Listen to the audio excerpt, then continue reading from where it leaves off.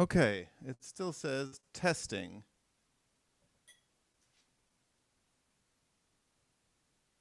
But I think I need to just go.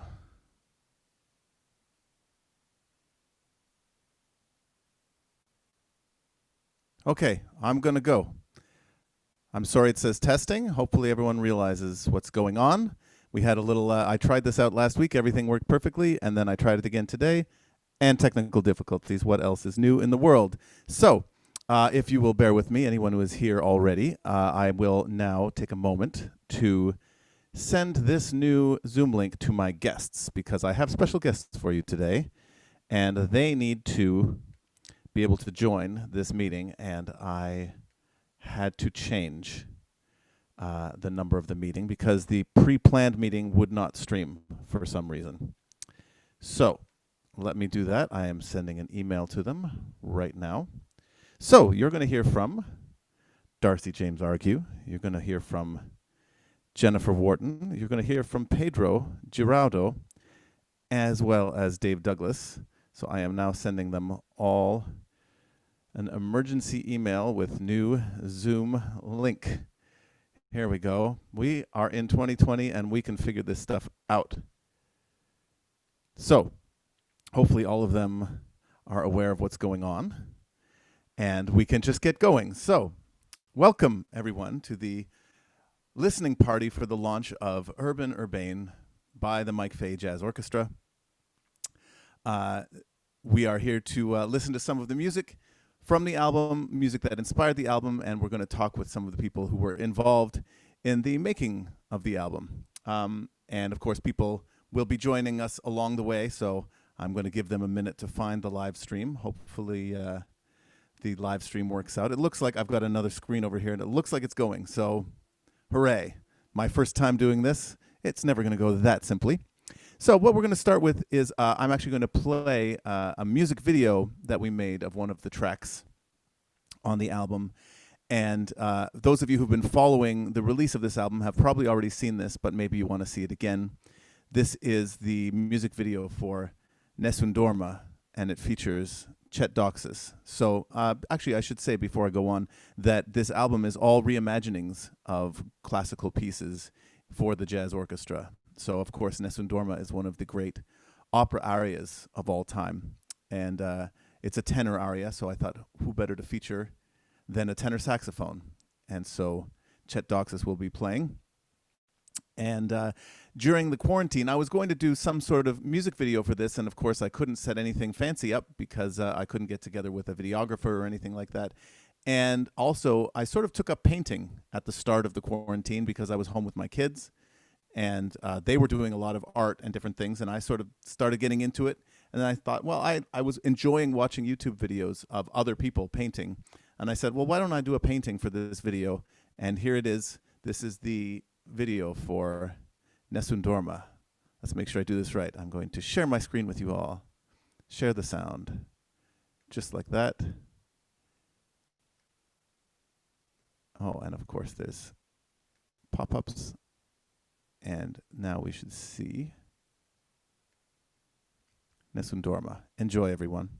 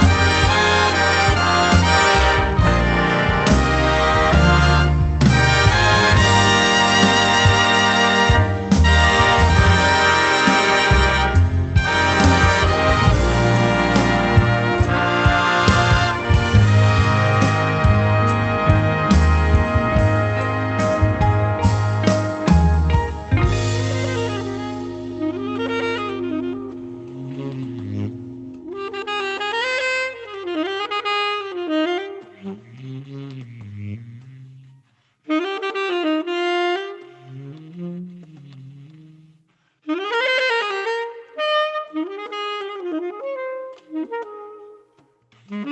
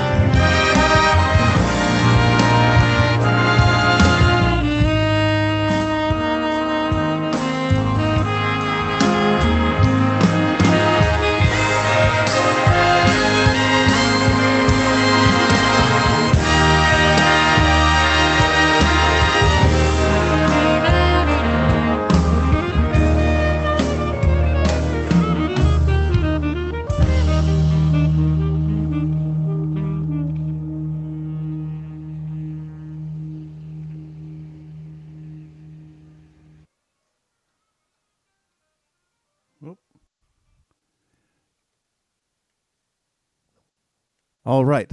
I hope you enjoyed that. My loyal fans have texted me and said that it was a little hard to hear me, so I'm going to make sure I'm really on the microphone here. And for those of you who are just joining us, let me introduce myself. My name is Mike Fahie, and this is the listening party for the launch of Urban Urbane, the debut album by the Mike Fahie Jazz Orchestra on Greenleaf Music. Many people ask me, how is it that you pronounce your name? And I have two acceptable pronunciations, actually. You could just go with a straight up single syllable, Fahie, F-A-Y. Many people like to give a little diphthong in there, Fahie, but the H is definitely silent, so there's no Fahie, just because people like to know. If you like the music you hear today, of course, the album is available for purchase on bandcamp.com. You can just search for Mike Fahie. And also the pronunciation of this, Urban Urbane, right? So we've got both words in one, you know. And we also have, as you can see, merch, beautiful T-shirts, and also,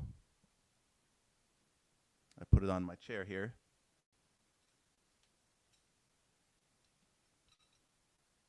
these lovely tote bags. All right, before we get into it, I'd like to start by saying my thank yous for everyone who helped out with this album. So quickly, I will go through them. I'd like to thank, of course, my wife, Michelle, for unending support for this project.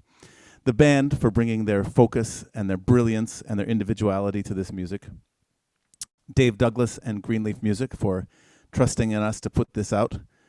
Darcy James Argue, who is the producer of the album. Bryant Montgomery, who was the sound engineer. And the rest of the production crew, including my brother, Rob Fahie. And then also, these following people backed my Kickstarter, and without them, I could not have possibly done it. Trudy Fahie, Carol Fahie, Giselle Obu, Dave and Andrea Campbell, Heather Fogo, Betty and Don McLeod, Chris and Kathy Nolte, Avrumi and Leah Schreiber, Alyssa Sharkey, and Kathy Speechley. A big thank you to all of you for making this happen. And now I'd like to introduce our first guest. The guest I just mentioned, he was the producer of this album, and I am going to bring him in. Oh, did I accidentally hit two at once? No, here we go.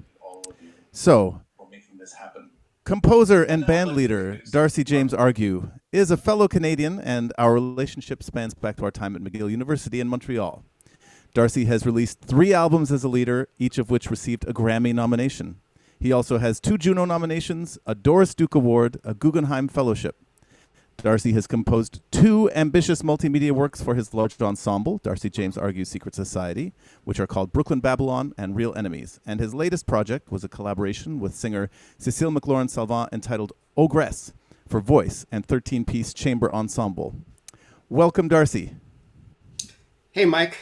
Congratulations on the release, and thank you very much for the streaming party. This is fun. It is fun. It's very different from performing, where you get a little bit of back and forth. So I'm glad to have you in here with me to have a little back and forth with.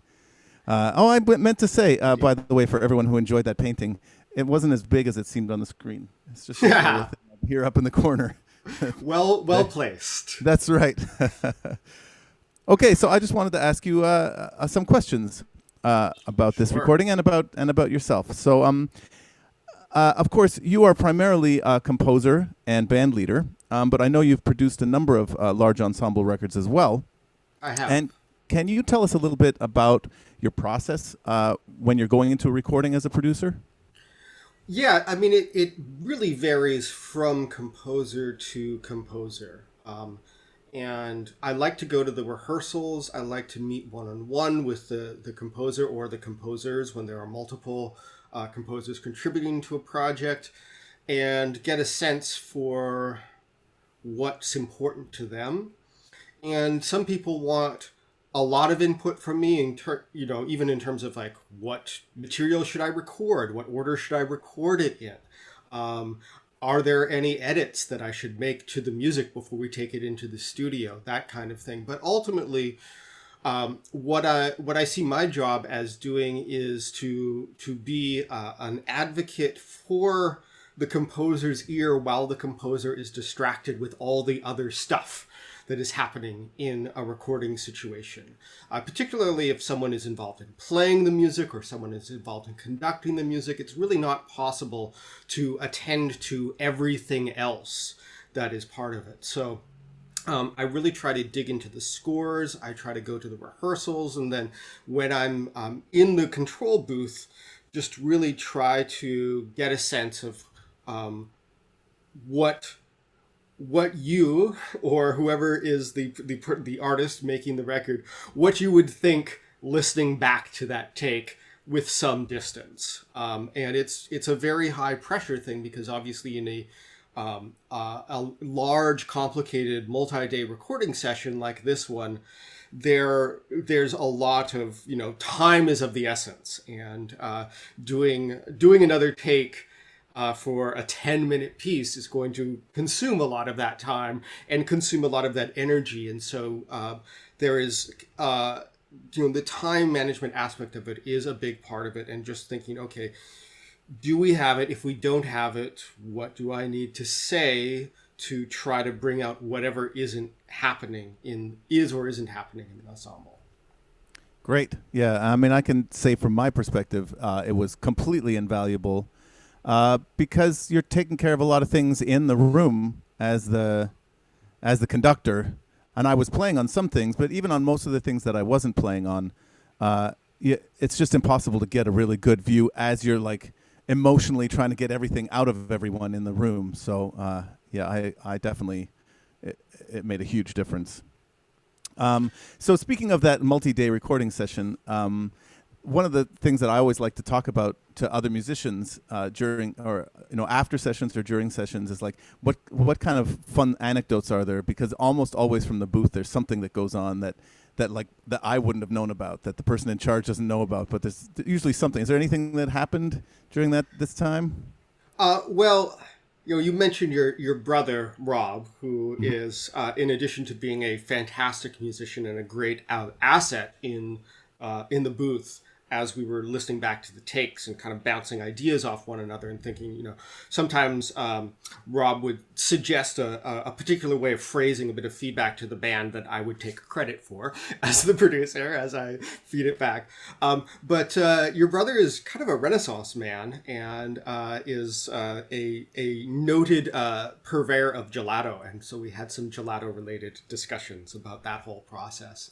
And that was a lot of fun. I was sort of hoping that he would bring a big freezer full of all of it, and alas, that didn't quite happen.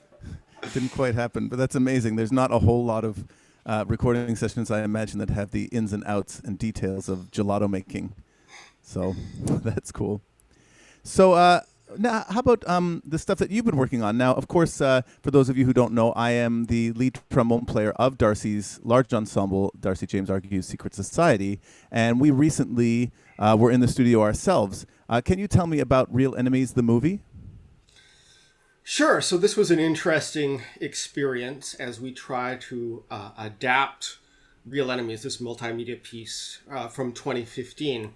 We were set to perform it out on the Berkeley campus at Cal Performances in October this year. And that performance is not happening live for a number of obvious reasons.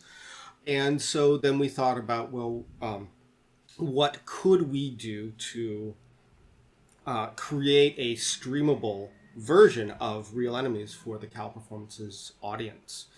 And I had a back and forth with Isaac Butler and Peter Negrini, my co-creators of Real Enemies, the filmmaker and the writer-director of Real Enemies.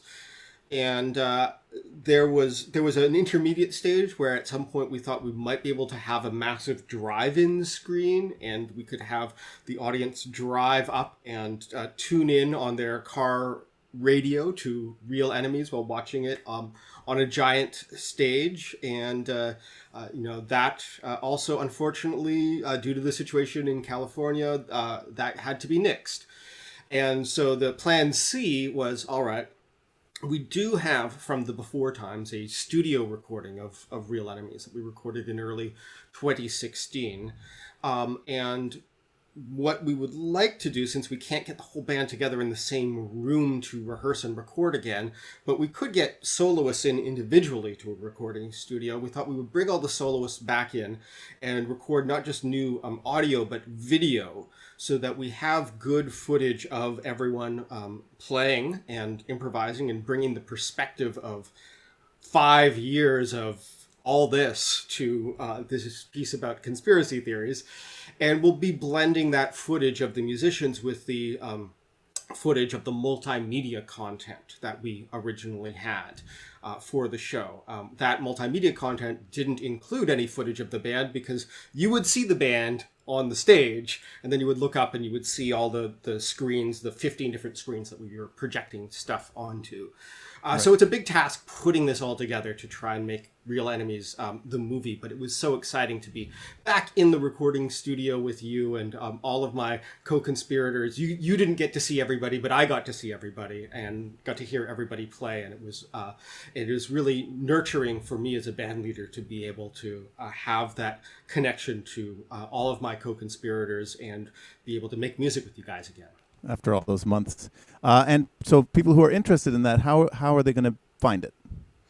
Tickets are actually available now on Cal Performance's website. So if you do a Google search for Cal Performances, you will find it. And it streams, I believe, October 21st. I believe that's when it premieres. But people will have, I think, 3 months after that premiere date to take it in. Although I encourage you to take it in right away as soon as it goes up, and then we'll have a little discussion about it, much like you and I are having now. Very good. We'll do something like that for the Real Enemies stream. Okay, great. Well, I'm looking forward to seeing the result because all I know is my part. So I can't wait to hear it myself. And so I'm going to say thank you very much, Darcy, for your time. And thank you, Mike. It's a pleasure. We'll be seeing you soon. Yes, indeed. Looking forward. All right. I will move forward now. And to get back to our, I'm going to share this screen again. And I will optimize the screen this time. And I will move on now. I wanted to talk about some of the music that that inspired me to do this project. And right from the beginning, this music was inspired by, of course, the great Duke Ellington. Duke Ellington not only was an amazing composer, but he was a great arranger too. And he and Billy Strayhorn arranged The Nutcracker by Tchaikovsky in 1960. And I was just dazzled by the way that they maintained the character of their music. It sounds like Ellington music within these recognizable pieces. So if you didn't already know them, you'd just think that they were Duke Ellington pieces. So this music really laid the template for a lot of other musicians to adapt classical music to this style and orchestration.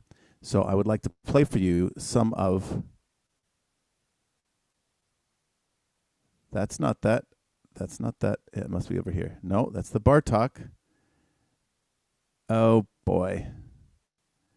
Oh, boy. I had them all set up. And now they're not. Well, darn it. And I'm running behind anyway. Oh, well, you know what? Here you go. First, I'm calling an audible because I had it set up and it's not. So I urge you all at some point to go and listen to Duke Ellington's Nutcracker because it's amazing. And because I don't have it handy the way I thought I did. So my apologies. Let's continue with my take of Tchaikovsky. I also chose a piece by Tchaikovsky, which makes sense actually because Tchaikovsky's music really suits adaptation very well. It's very melody-driven. And this is the second movement of his Sixth Symphony, which normally would be a waltz. It's the part of a symphony that would be in 3, and Tchaikovsky actually writes it in 5. It's sometimes described as a limping waltz, but I think limping isn't quite as is right for how graceful it actually is. So this is an excerpt from Urban Urbane from Tchaikovsky's Sixth Symphony.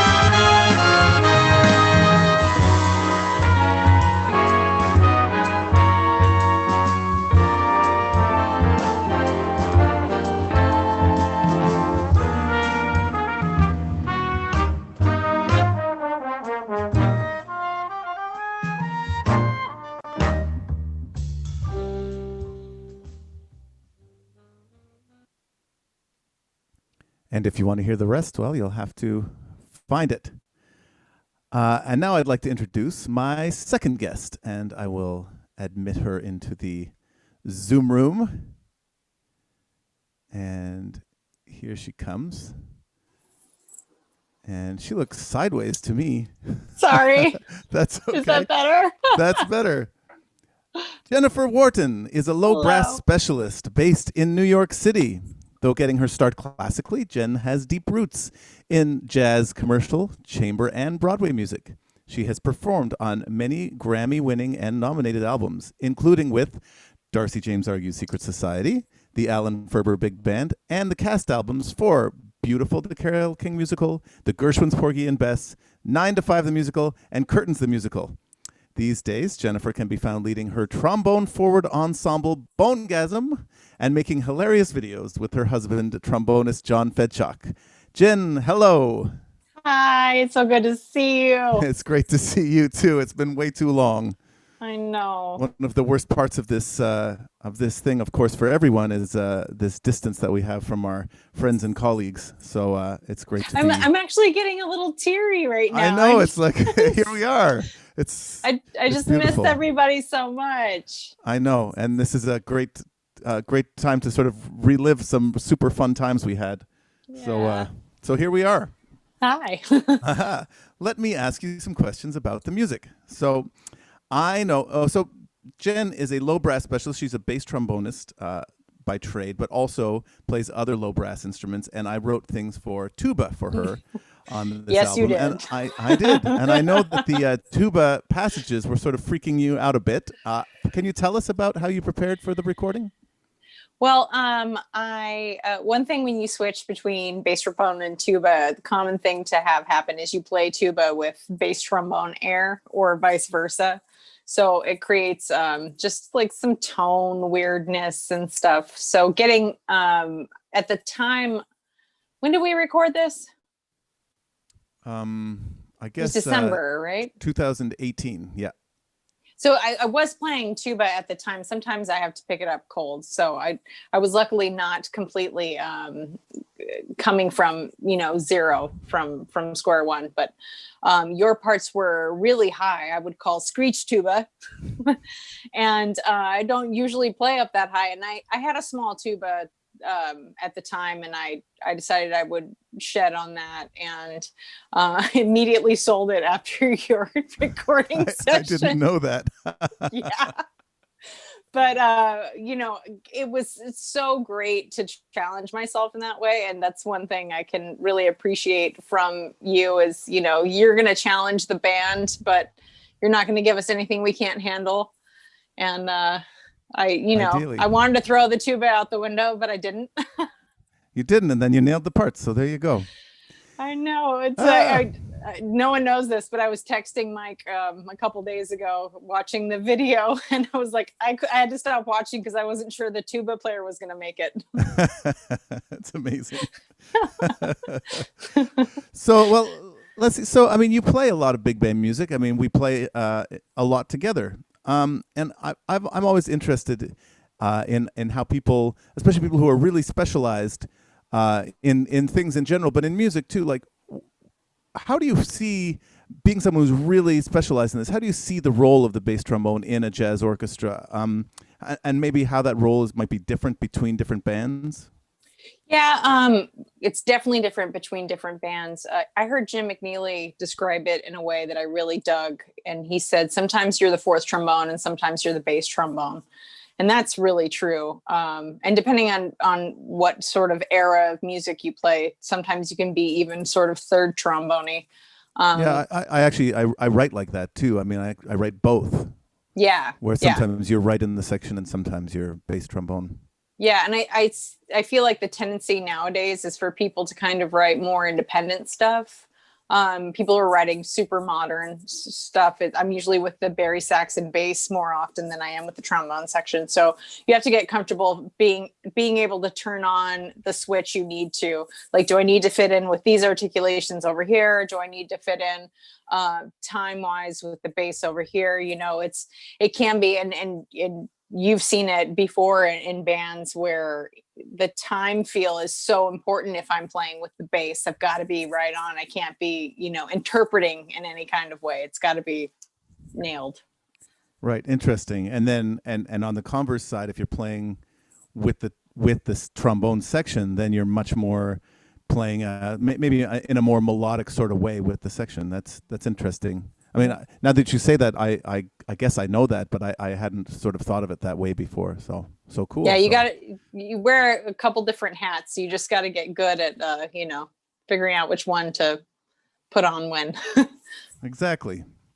So during the quarantine, you and John, your husband, created a great video series called Question of the Day. Can you tell us about it, like how this happened and maybe your favorite part? Oh, well, like most people at the beginning, I just couldn't believe what was happening and how lonely I felt and just kind of sideswiped by the entire pandemic and worried and crazed. And we were sitting at the table one day and I was just kind of doodling on social media and I took a video of John. I'm like, IPA or lager? And he answered the question and that was it. And then the next day I had made pizza or something and I put pepperoni and sausage on it. And so I, asked him then again, question, pepperoni or sausage? And he says both. And he's very dry. My husband is extremely funny, but he's very dry. And for the most part, he doesn't let a lot of people know how funny he is. So, but he went in reluctantly and then he got way into it. He wrote a theme song and he wrote just like all these, like we did, depending on what the subject was, he would change the theme song. And then we had people's kids sending us them singing the theme song. It was so much fun. And it just gave us a little bit of joy we did it for 2 months straight every day. Yes. And then we quit. Once when George Floyd got murdered, we were like, we are not being silly right now. No, it wasn't a silly time. Yeah. But I think people next summer or next spring are going to be waiting for season 2 of Question of the Day. We've actually talked about resurrecting it because I have a gig next week. Well, I have a gig next week. So I do. I'm playing Jen's gig next week. I know. I'm very excited. The last thing I wanted to talk about. Can you tell us about your band, Bonegasm? It features 4 trombones and a rhythm section. Tell us maybe how that started and what's up next. Well, I am not the world's greatest improviser. I always wanted a trombone quartet and I thought no one would ever want to play with me. And it just kind of fell into my lap. I had done triathlons for a long time as a way of not practicing. I was trying to, not get too good too fast. And when I couldn't do triathlons anymore, I started the band and I wanted it to be a vehicle for not only audiences, but composers to rediscover the beauty of the trombone. A lot of times we're the last instrument added to a band and it's kind of an afterthought, partly because of the limitations of the horn, but a lot of us playing professionally don't let that hinder us, So I wanted composers that don't specifically write for trombone to write for trombone. And I've been commissioning people to write. You've written a piece, Darcy wrote a piece, Jim McNeely wrote a piece, and we're recording a brand new album in 2 weeks, actually 2 weeks from tomorrow. Yeah, really a little bit of a COVID related thing, but we're having a gig on socially distanced masks required gig in Long Island City on Thursday. And please come hear Mike. Yes. Where in Long Island City? It is it's in a parking lot of the Plaxall Gallery. So it's on 46th Avenue. It's like 5-something 46th Avenue in Long Island City. Giant parking lot. There's chairs provided. There's a food truck with Mexican food there. There's beer you can buy either from their kiosk or there's Rockaway Brewing Company. You can go get a growler and just do it up. The more you drink, the better we sound. Perfect. I agree. Well, thank you so much for joining us today, Jen, and I will be seeing you in person next week. I cannot wait, Mike. I miss you so much. Mwah, mwah, mwah. You too. We'll see you. Bye. Bye. And now we will segue into the part that makes Jen's palms get sweaty and gets anxiety and wonders if the tuba player is going to make it, which is the tuba euphonium duet in my arrangement of the Firebird, Stravinsky's Firebird. And we're actually going to start right there at the euphonium duet and here to the end of the great Stravinsky finale. So this is the Firebird. Wait, I need to do this. And by the way, also I have a video of this, so some of you may have already seen it. And also, I'm trying to tell a story. This is not exactly the ballet Firebird. Of course, it's my arrangement. So I've told the story of a dragon. And so this is the Firebird's lament here, where we're playing, where the dragon gets lonely for a mate. Then eventually it wants to show off its scales and its horns and its flashing teeth. So we finish with the great finale. Here we are.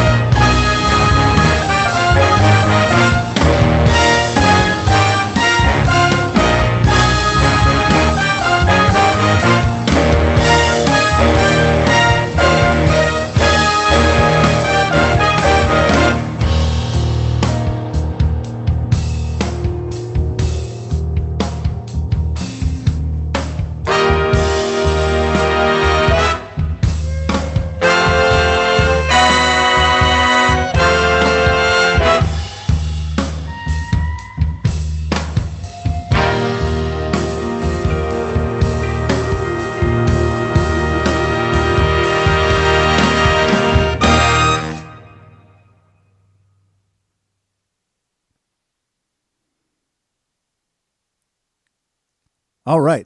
I still like that. Oh, you see, I have to turn the volume off over here. All right. Well, now that we've seen the whole band just there, now I'm going to invite another guest from the band. I'm going to bring Pedro Giraudo in. Admit him into the room. I can't wait. I'm so happy seeing all my friends. And there he is. Let me say, bassist and composer Pedro Giraudo is from Cordoba, Argentina, and has lived in New York City for over 20 years. He has recorded 8 albums as a leader, including 4 that I'm on, and won a Latin Grammy for his 2018 album Vigor Tanguero. He is also in high demand as a bassist and has performed with the great Paquito de Rivera and Ruben Blades, along with countless others. My friend Pedro, hello, how are you? I'm doing very well, very happy to, be sharing this moment with you all. I think there's a general sense of having missed each other a lot and, missing our, former lives. So it's actually a great moment to be with you all here sharing music and, seeing each other again. Yes, I feel totally the same way. And I'm so glad. Obviously, it's tough to not be able to play this music as you're sharing it with the world, but it's fun to get to at least see some of my friends and put the music out there to some degree. So I've asked everyone else the same question, and so I'm going to ask you the same question. Can you talk a little bit about your preparation for this recording? Because you had to play both upright bass and electric bass, and there was quite a lot of written material. Yes. So for this recording in particular, I had to prepare a lot. There are a few things that I like more than people challenging me, musically, and you certainly did that. So for me, it actually took a lot of practice, and also partly also because I, play a lot of different styles. So you just mentioned I also play a lot of tango. I spent a lot of time, writing music. So, at times when I have to visit certain styles, I need to kind of undust the abilities. And that certainly happened, getting ready for your recording. One was, just the level of sophistication.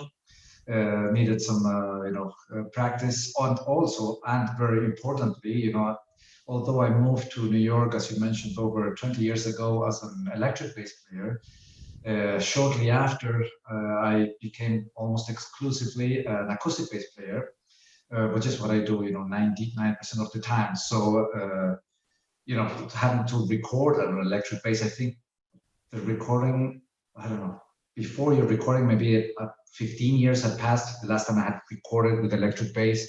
So, of course, I had a lot of things to work on, questions. I remember talking to Darcy and you about effects. I have most, electric bass players have a ton of, experience recording effects, and for me, it was I needed advice on that department. But it was mainly a lot of fun. Yeah. Right, yeah, the technical aspects of recording the electric bass. Yeah. And we're going to hear it actually in a few minutes, but actually right after you, but we recorded Bartok String Quartet, and that was all on electric bass. And so that's a lot of stuff to play on the electric bass too. So that's cool. So I have my own ideas about this because, of course, I am a composer and a player who plays in large ensembles. And so I'm curious, for you, how does your background as a composer come into play when you're playing with a large ensemble?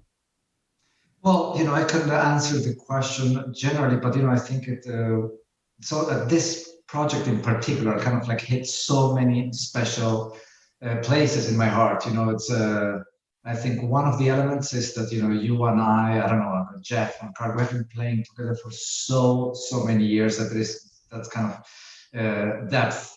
There's my father was a conductor. I grew up, since I was super young, listening to tons of classical music. So the fact that you arranged all this music for a big band also, that, touched another very important string and, of who I am.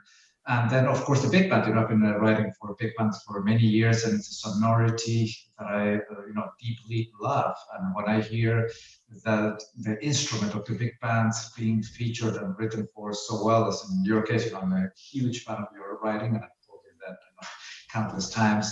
It actually, for me, it's a kind of a golden, place, to be where there are so many things that actually kind of go to the core of who I am and what I like to do. That made recording this album very very special and moving and enjoyable for me. I mean, once again, to be playing with Jeff on drums, it's something that kind of brings me back 20 years ago, and then writing. I remember being a young boy listening to the Firebird and being deeply moved. So there's so many things in this album that just make it so special for me.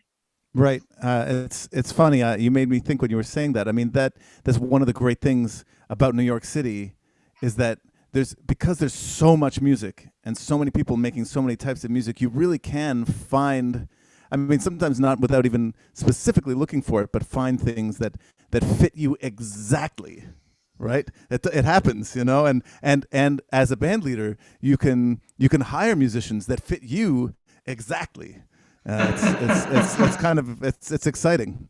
It is absolutely There so are so many things. Sometimes we need to adapt to certain gigs, and I don't know, this one. I had to practice, but I felt it fit. Exactly. With what I could offer. Yes.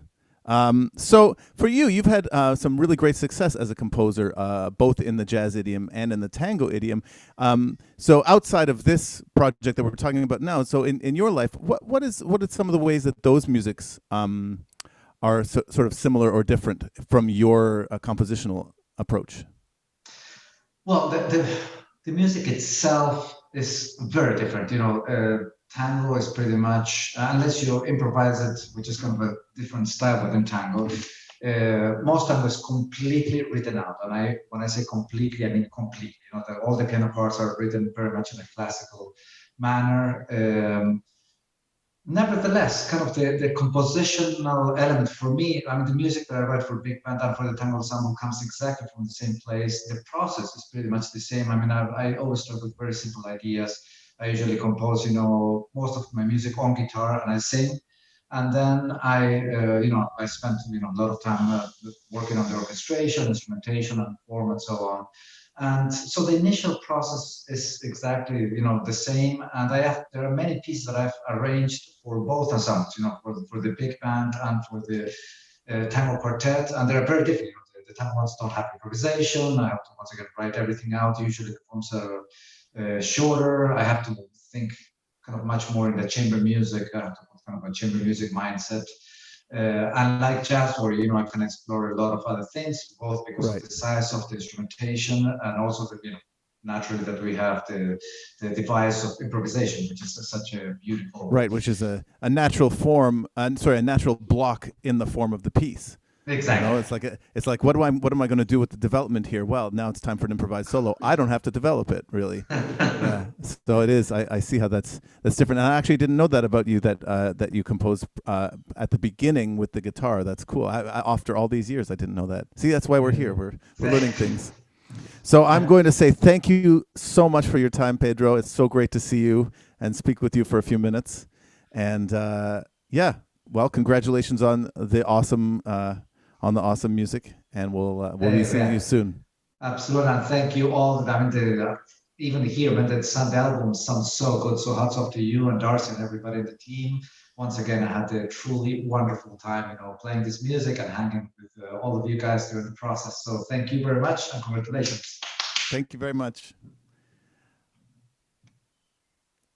All right, now we will move on to, as I mentioned, the bar talk. So I knew when I started this project that I wanted to arrange something by Bela Bartok, who, for me, has this amazing ability to create very memorable melodies that are completely and utterly unique. They sort of skirt the edge of tonality, and then his later music is really outside of tonality, and yet they're still very compelling melodically. And I started by checking out the string quartets. I listened to all 6 quartets, and this, which the one I ended up arranging, is the last movement of the first string quartet.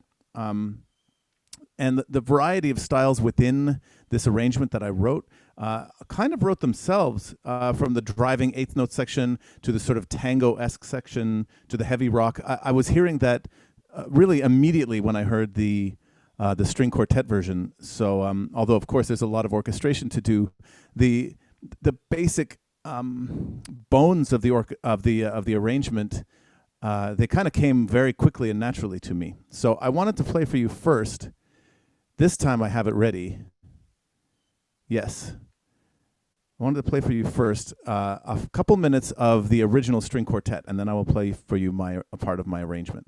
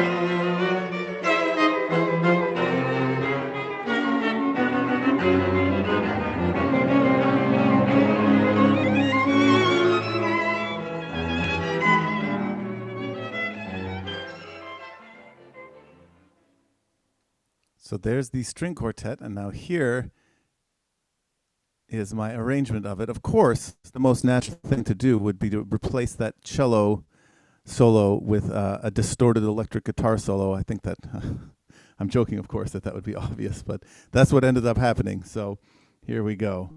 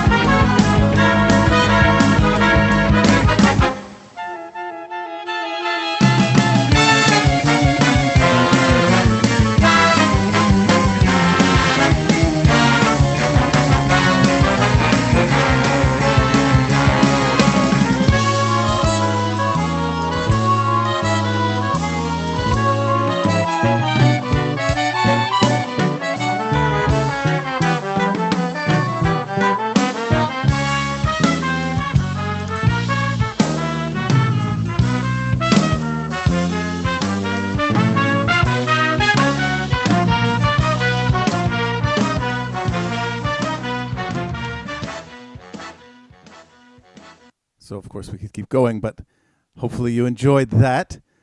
And hopefully you see how that kind of almost naturally led from the intensity of the string quartet to the intensity of the big band. And now I'd like to move on to my final guest of the afternoon, and he is the music director of Greenleaf Music, or the founder and director of Greenleaf Music, which is the label that put out Urban Urbane. And his name is Dave Douglas. And there, oh yeah, look at that background.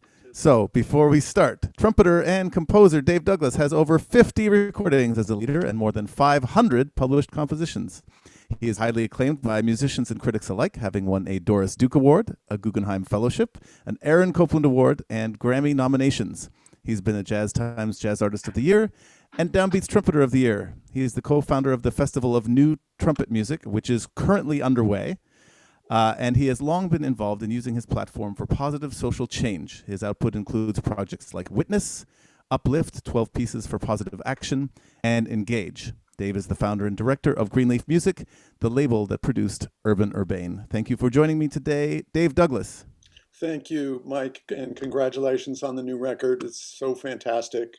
And it's really interesting to have been listening along and hearing the excerpts and hearing you Hendrixify the Bartok String Quartet again.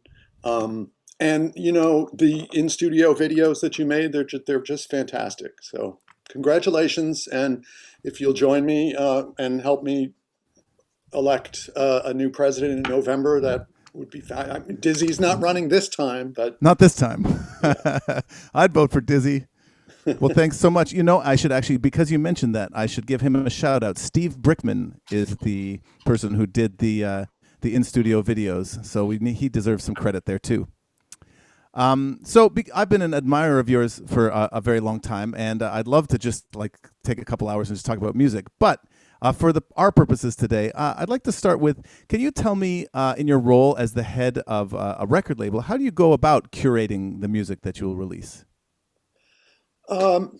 It's really hard. The hardest thing is the number of people you have to say no to. It's the least enjoyable part of the job because there's so much great music, as you know, in this Yes. time. And especially right now that so many of us are locked, you know, we're pretty much stationary. Right. And so we're not spending any time commuting to gigs or to anywhere. And so everybody's being super productive. I mean, a lot of people who are fortunate enough to have the resources and the situation are making more music than ever. And I hear so much great music. The Festival of New Trumpet Music, you know, that's partly what it's about. It's just there's so many great creative trumpet players in this moment, and just to sort of represent and support as many of them as we can. Most of us don't have gigs right now, so to spread some Amen. finances towards commissions of new music is really great. So as far as, you know, to your question, I think part of it in this age is that, and maybe it's always been this way, but the artist has to be a partner in the dissemination of the music and getting it out there, and, you know, really be involved. It's not like you getting signed by a label now and then you just go home and hang up your coat and wait for the royalty checks to come in. Right. You know this. I do. I knew that about you right away, and I think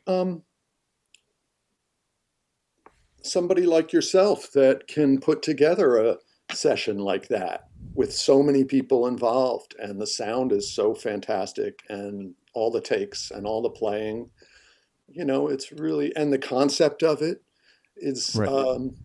beyond just being, you know, a good idea. You know, there's a profundity to the way that you've arranged so thanks. I'm not, yeah. I know what you're saying. That's what you're looking for. Yeah, I'm trying to answer your question Yeah, by no, way of saying how great this record is. how And this it's funny. happened.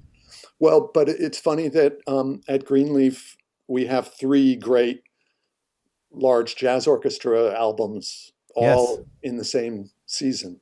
Yes, I was going to mention that, but I'll mention it now. So yes, there's an album by Anna Weber and Angela Morris that came out a couple months ago, and right now, as well as Urban Urbane coming out, Manuel Valera has an album, Jose Martin Nueva York, also with a large ensemble. And what to me, what's cool about this is not only is it, of course, they're all out on the same label, they're all here in New York, they're all people I've played with personally. But also, they're all very different albums. Yeah. Very, very different in conception. Very, it just for people who maybe are on the outside of our little circle, people think of big band and they think of one sound. And these three albums, none of them sound exactly like what people think of when they think big band, and all three of them sound different. It's kind of amazing. It's an amazing instrument, the large ensemble. It really is, and yeah, I didn't plan it that way curatorially. It was just this is what's happening. Yeah, the music arrived on your doorstep at the right time. Yeah, and all artists that I admire, and I think to be putting out jazz orchestra albums in this moment is particularly audacious and the quality that I like. Excellent. So you also have a keen interest in classical music. We've talked about classical music, you and I, before, as well as jazz, of course. Can you tell me a little bit about some of the classical music that has sort of inspired you or that you've explored yourself? Oh, well, first of all the composers that you've highlighted, Stravinsky, of course, incredibly important, Bartok. I would say that, for me, having sort of dragged my feet through conservatory music history classes and gotten by with C's, it was only some years after doing that my search as a composer led me to those composers, and it was mostly around post-war European composers like Ludoslavsky and Ligeti and Berio, Luigi Nono, Stockhausen, and my interest originally grew around encountering that music as an improviser and seeing some of the resources they used as resources we could be using in the composed improvised music that we play. And that search just sort of deepened, going backward and forward. Yes. And of course, in the ear training study that I've done, that I share with young musicians and that I love to work on, I've ended up feeling like if you learn Thelonious Monk tunes and Bach chorales, you're getting a pretty well-rounded.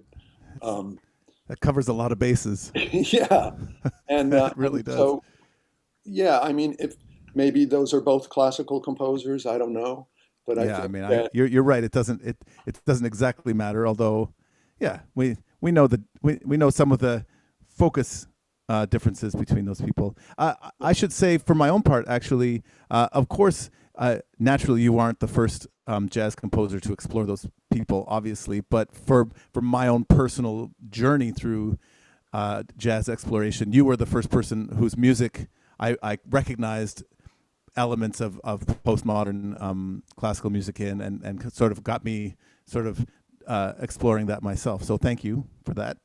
That's great. Yeah. Your albums were sort of coming out in a very, some of your early albums were coming out in a very formative time for me. So yeah, they were very helpful. Let's see. So I wanted to actually, I know you've talked, I've heard you say a couple times, and I don't even know exactly what you're talking about. Maybe it's still, you haven't announced anything yet, but during these COVID dark ages, I know you've been working on a bunch of projects. Can you share any of that with us? Sure. I just want to add one thought to the part of the conversation that we just left, and that is that composers associated with jazz like Gil Evans and Hmm. George Russell and Fletcher Henderson and Charles Mingus and Henry Threadgill. Threadgill is the first one I was thinking of just a Yeah, moment ago. Yeah. I mean, in some sense, this is where the line between what is classical and what is jazz is obliterated, and Right. I think that yeah, if I'm influenced by Gershwin, which I totally cop to, because Hmm. the composer of Porgy and Bess, I'm equally influenced by what Gil Evans did with it and what Miles Davis did with it, Right. and I think that maybe more than anything is the thing that made me think there shouldn't be any boundaries between any of this music. And so that, to answer your question about classical and versus jazz, I don't, Hmm. I don't see those They boundaries. don't have to Anyway, be boundaries. Yeah.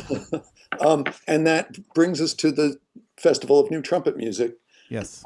which is going on right now. We're halfway through our 10-night run. And tonight there's a show by Ashland Parker and Trumpet Mafia on a double bill with Noah Halpern.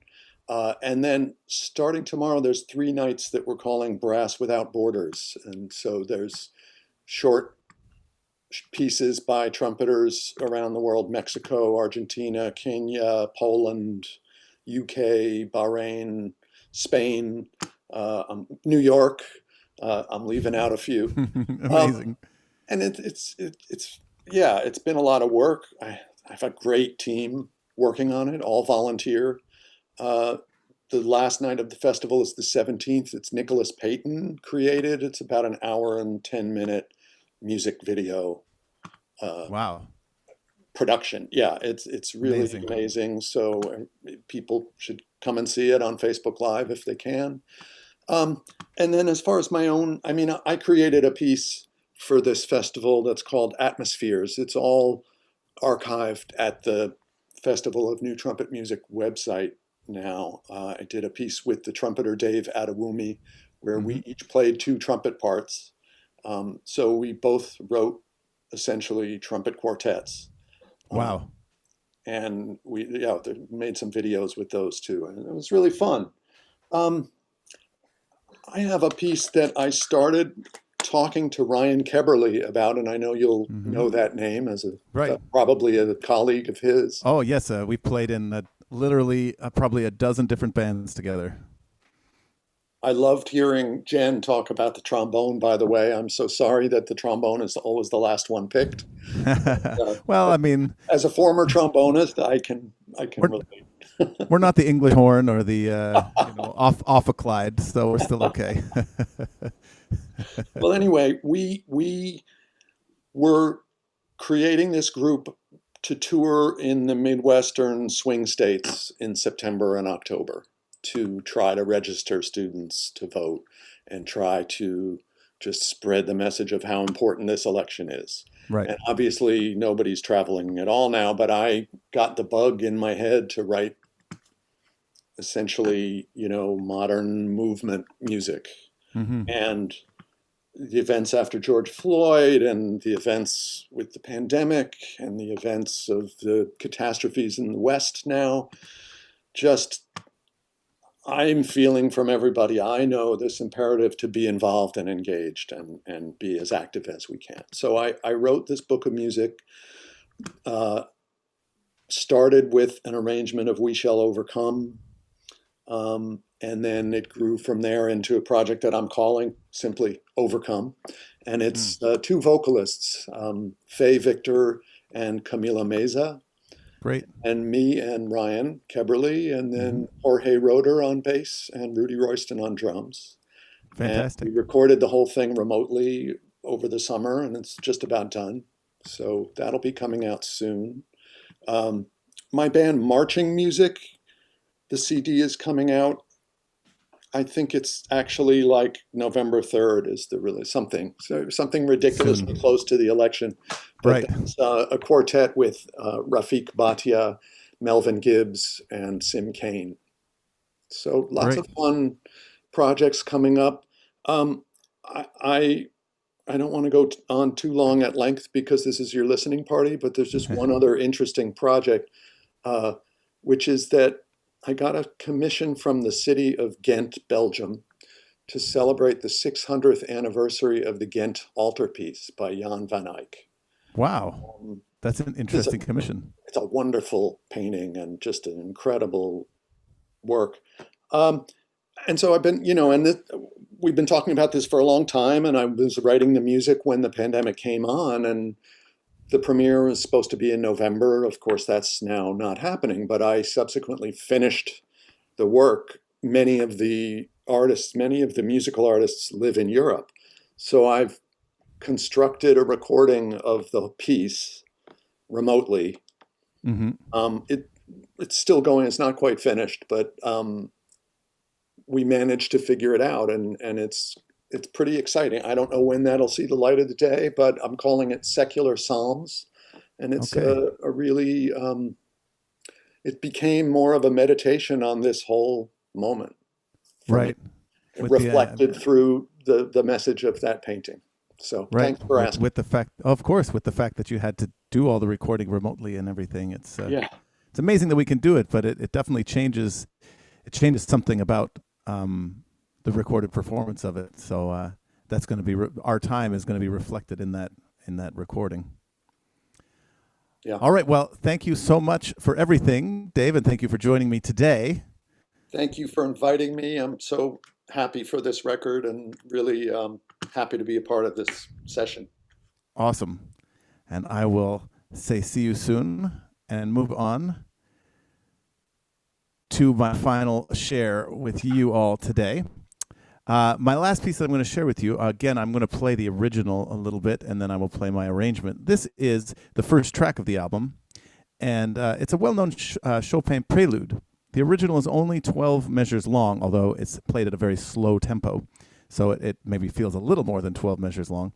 It's famous for its chord progression, and I knew about this piece, and I knew that it would be a way to have a different kind of arrangement, because usually, of course, you focus on the melody and you arrange around the melody. Well, this one I arranged around the chord progression instead of the melody. And so first actually, let me first play for you the original. Here's the original Chopin Prelude, Opus 28, number 20, for those of you keeping score.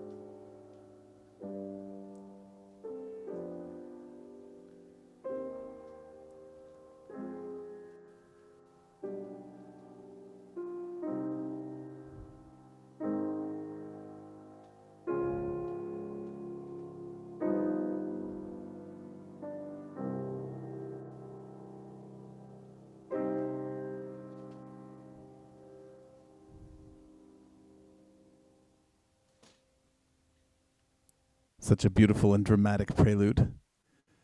And so when I went to orchestrate this, I start by orchestrating, I should say. When I went to arrange it, I started by orchestrating that entire prelude for the full jazz orchestra. I added some counterpoint because I have so many voices. And then after that, the rest of the whole track is my original composition, just using the chord progression as the underlying base of the piece. and writing all new music. And actually speeding up the tempo by doubling and then doubling again, so 4 times the tempo. So here is my version of this Chopin prelude, and there's a music video to go with it.